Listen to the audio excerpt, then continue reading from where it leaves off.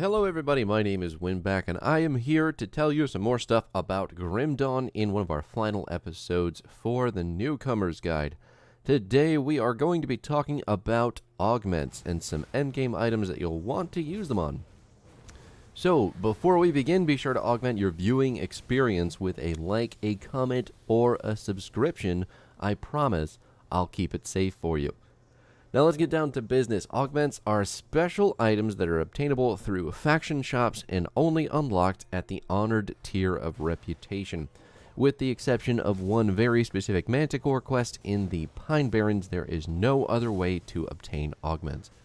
When I said that yesterday's video was going to lead into this video, I was not tugging on your chain, so in order to get the augments that you're looking for, you'll need to figure out which faction has the augment, then grind your reputation for some bounties to obtain that sweet gear powder.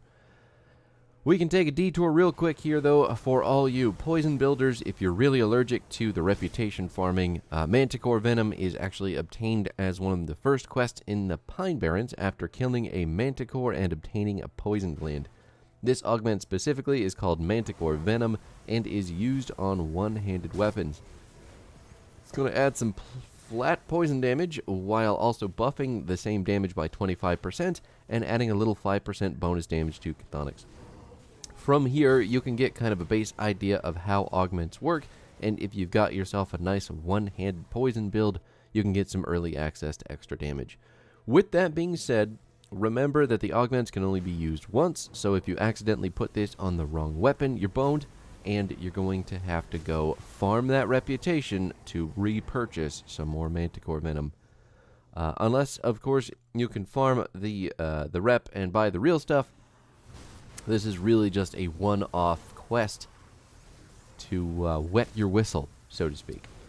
Moving on, there are 4 sets of augments that you can get from these faction vendors, and it is going to depend completely on the faction vendor that you speak with. But different vendors have different augments for sale. So for example, the Devil's Crossing vendor starts off with only magical accessory augments, which means that their augments are only going to be used on your rings and your amulets. Not great for our weapons, but still pretty good stuff if you manage to get a hold of the Shambler's Heart Monster Infrequent from the Flooded Passage mini-boss in Act 1.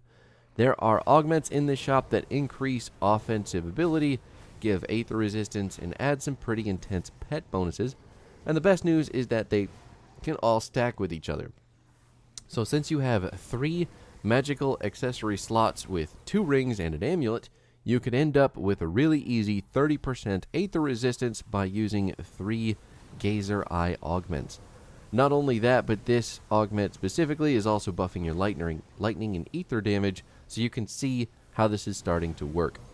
With just those 3 augment slots, obviously things take a trip in the right direction, and if you're needing specifically augments with resistances attached to them, things get pretty easy to stack up. Now, if you need another Devil's Crossing specific example, there is the Boneback Spine augment. It's going to add 20 offensive ability while buffing your piercing and bleeding damage by 25% as well. So 3 of these means that you get a nearly 60 offensive ability increase with another 75% increase to damage types that your shamans or your Nightblades or your Oath Keepers really love. So it is super good to keep an eye out on these augments. Keep an eye on all the faction vendors happening. It is really important for the end game stuff. Now, the second kind of augments are the ones that we'll end up using on weapons, offhands, and shields. And they're going to be everybody's favorite, obviously, because they will range much more wildly in effectiveness than the accessory augments. Weapon augments actually further separate into one-handed and two-handed categories, and your two-handed augments are actually called potent augments. So, what that means is that your potent augments will typically add much more damage to the weapon you're equipping them to because there isn't a second weapon to stack a second augment on. We can see these augments fairly early on with the Rover faction who sells accessory augs as well as weapon augments. So you might end up wanting something like the Arcovian Bone Meal augment, which is giving you flat vitality damage on your weapon, It's also going to go on to buff that damage by another 25% and increase your damage to undead enemies. Those are some super useful stats for Act 2, but if you're in the shop, if you're in the shop, your eyes will probably lead you right over to the augment beside that same augment we just mentioned, and it says that it's going to give you 18 vitality damage and 60% increase to it with double the damage to undead enemies. When I first started using the augments, I did the dumb thing and bought a bunch of potent augments, not realizing that my one-handed shield wielder was not going to even get the slightest use out of them. So lesson number 1 for these augments is that you make sure you read the fine print before spending all of your money. But let's unwrap this a little bit more then. Potent augments are buffed, like I said earlier, because you can only have one of them on one weapon. Two-handers take up 2 slots, so you get the kind of get-wrecked nerd feel when you purchase a whole bunch of them, not knowing what you're getting yourself into. Regular weapon augments, though, may not stack to the same amount of damage that the potent ones do, but that means that you also don't have to stack the same types of augments. So let's say that you're playing an Inquisitor who's rocking a dual-ranged one-handed build. You're building both fire and cold damage because you love being the master of tropical climates and freezing Arctic getaways. You've found yourself a Marauder's Justice and a Marauder's Fury from the same Marauder's set, so you're going for that maximum gunslinging appeal. And what you can do at this point is head over to Homestead, grab what's called a Void Vine powder, and then you're going to swing back to the Rovers for a Winter Bloom powder. Whew, words. Void Vine you can add to your fire gun to increase the flat fire damage, buff the fire damage by 25%, and add some chaos resistance. And then your Winter Bloom powder you'll add to your ice gun, which is going to increase the damage by 25% for both cold and frostburn damage, and then increase your offensive ability by 18 points as well. Diversify your damage types with these augments, especially if you're using a two-handed build like an Inquisitor or a Nightblade, because that will definitely beef you up in all the right areas. Maybe you've got 2 fire guns, and you just want to stack the Void Vines for double the stats. I mean, it'll still be less than the potent powder for a two-hander, like maybe a two-handed rifle.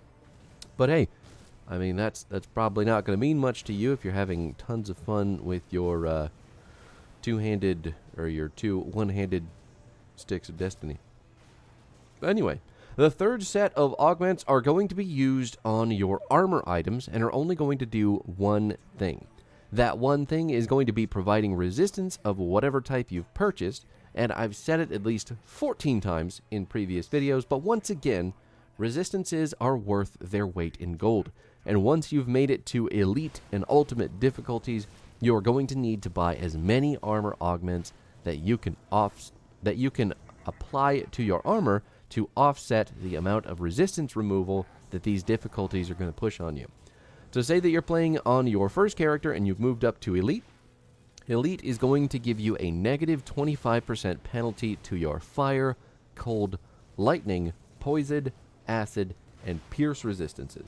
That means that if you only had 25% or less on those resistances, you are going to drop straight back down to 0 or lower, making you infinitely easier to kill for the enemies in the elite difficulty, which will hit much harder. And early on, well, at least the bug enemies deal a lot of poison damage, and if you're going for some of the side quests that are available in that very first Act 1 area, you're going to get absolutely flooded with poison and acid damage. So if you are negative on those resistances, you are going to die very, very, very quickly. Whew. So, with all that being said, let's say that you, again, on your first character, Elite is going to give you a negative 25% to those damage types. So this means, ultimately, if you're going to go and find augments to help you out, you'll want to take things like Kaiman's Blessing and Kaiman's Conduit. Both of those augments from the Kaiman's Chosen faction vendor are going to give you 15% resistance to both your fire and your lightning resistances. So remember that Elite is removing 25%. So with those 2 augments alone, you've basically offset almost all of the penalty that you're getting from going up in difficulty with just 2 purchases. So once you make it to the ultimate difficulty, you're going to be losing 50% on those resistances and 25% on the remaining damage types that didn't get penalized in Elite, making the armor augments even more important to keep yourself from going further negative on the resistance scale. Once you make it to ultimate, things get much more difficult because you're taking much more damage from many more damage types. But again, you're going to lose 50% on the ones that we just mentioned, and then the things like the vitality, bleeding, all that stuff, you're going to be losing 25%. So it's crazy how easy it is to die in the big difficulties, but that's what the armor augs are there for, and they're going to help you a lot. Now, the very last type of augments are going to be the Rune Augments. These can only be applied to metals and will behave very differently from what you're used to up to this point. The good news is that these don't require an honored reputation with the faction vendors that you can purchase them from. Your first exposure to these runes will be from the Witch God faction vendors and the Final Act, and you have to be level 50 to use them, but barring that, you only really have to be, I think it's either friendly or respected with these faction vendors to have access to purchasing the runes. So there is a level requirement for all augments, but it is going to vary depending on which ones that you need. But remember, Rune Augments specifically are level 50 and above. Rune Augments are also going to give you only one thing, but that is actually something that is really important for a lot of classes in this game. They are going to give you a new skill, and that is mobility all in its own. So the Rune Augments are going to give you a new button, number 1, and that new button is not going to give you any stats, but it is going to give you a new ability that will do one of 6 different types of movements. These abilities usually deal damage and come with some cool effects, but remember, the main draw is to move around. If you're playing a class like an Occultist Necromancer, which is a Kabbalist, you don't have any inherent movement abilities, so that means if you're ever in danger with this class, you have to rely on dealing damage and killing enemies, or using a lot of movement speed to run away very quickly. All of that changes once you hit level 50 and find yourself a Rune Augment. So each Rune Augment comes with its own kind of movement, and I'll talk about all 6 of those right here, so you can kind of make the best decision for which ones you want. So Charge is the first type of movement, and it's going to behave a lot like Blitz for the soldier, which means that you are going to click on a target, and then you are going to charge directly at that target. It's really easy, nice and simple. And this is the movement skill that you get from the Charging Bull Augment, which is located at the Soleil vendor. Each of these vendors have 2 augments, but we'll mention all 6 of them, and you can get an idea of what the movement types are. Vanish is the next movement ability, which will behave a lot like Shadow Strike for the Nightblade, and it is on the Shadowy Assassin augment located at the Bismiel vendor. Rift Tear is an instantaneous teleport that will deal damage in an AoE once you reappear, and can be obtained through the Rift Stalker augment at the Drieg vendor. Disengage is the first unique movement ability that will actually launch you backwards. So it's going to launch you away from your cursor while leaving a small amount of damage at the location that you just leapt from.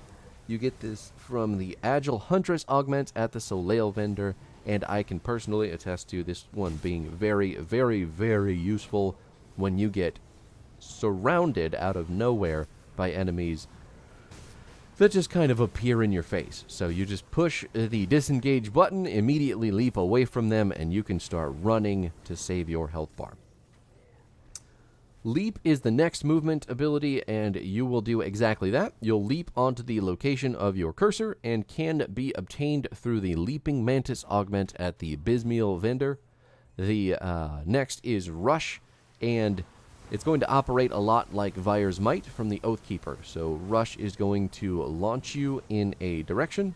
You do not have to have a target, but you're going to basically trample in a line, deal a bunch of damage to whoever you hit, and you can continue doing that to wherever you want to because you don't require a target.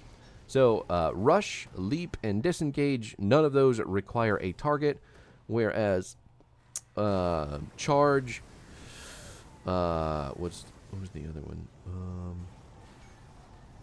Charge, Vanish. Charge and Vanish are the only two that require a target.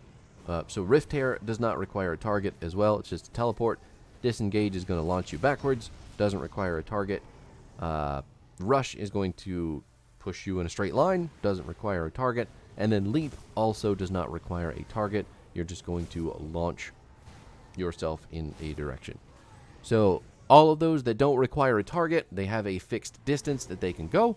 Obviously, that is, good or bad for you, depending on how you want to play it. But remember, the ones that require a target, if you get a target that is really far away and manage to click on that, the game will launch you down any stairs or up any stairs, take you around walls, and really just send you on the path. It is really, really, really distance positive, but some people don't like that. Some people just like to spam the ability to move a lot, and I can totally understand. Now, these are just the early runes that you have access to, but you can also gain new augments that improve damage or the ability that your rune has via blueprints. There are actually tons of rune augments that you can diversify your movement damage with. Just remember, you still have to assign this ability to a key.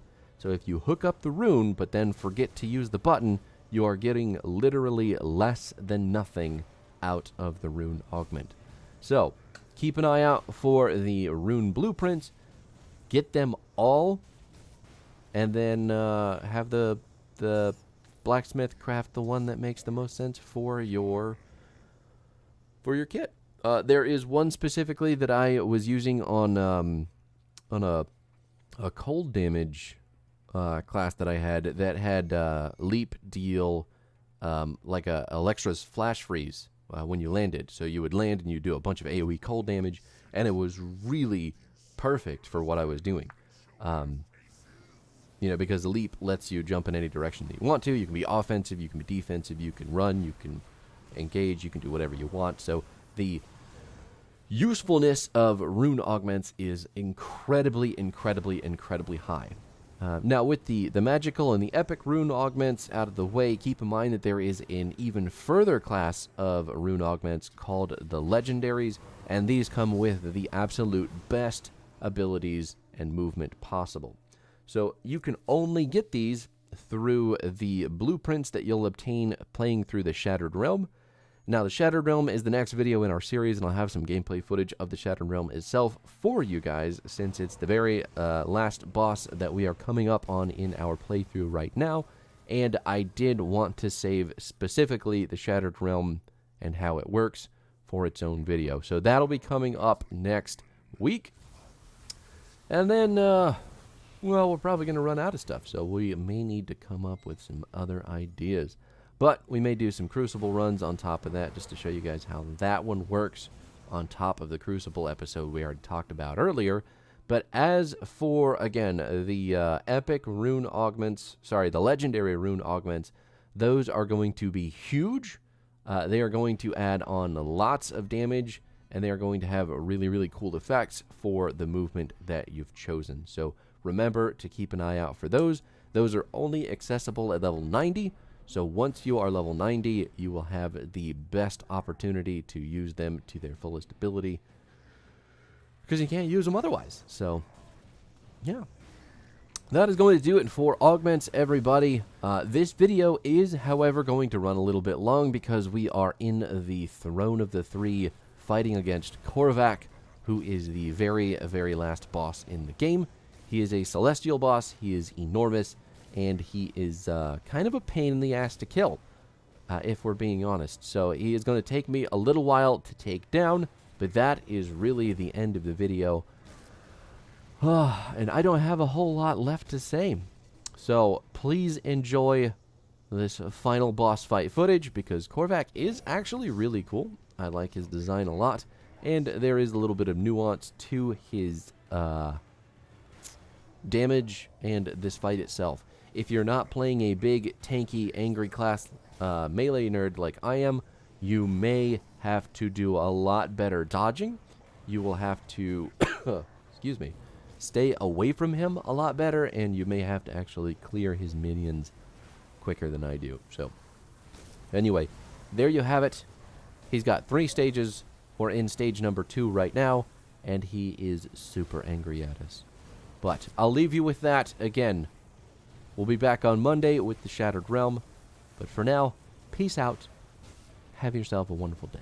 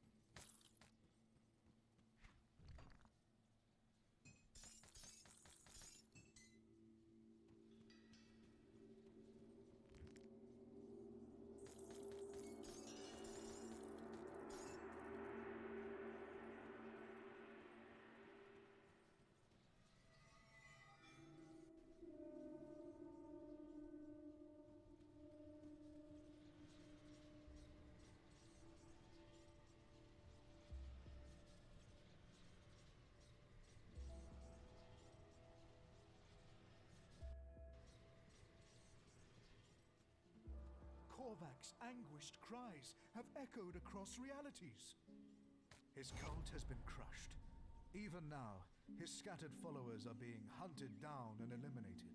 The forgotten god will soon be a distant memory.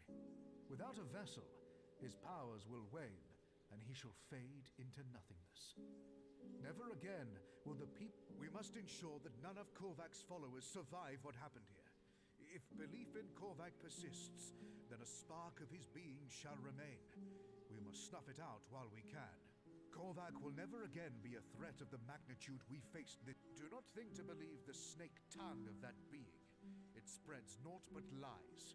The Eldritch Realm, we must ensure that none of Korvac's followers survive what happened here.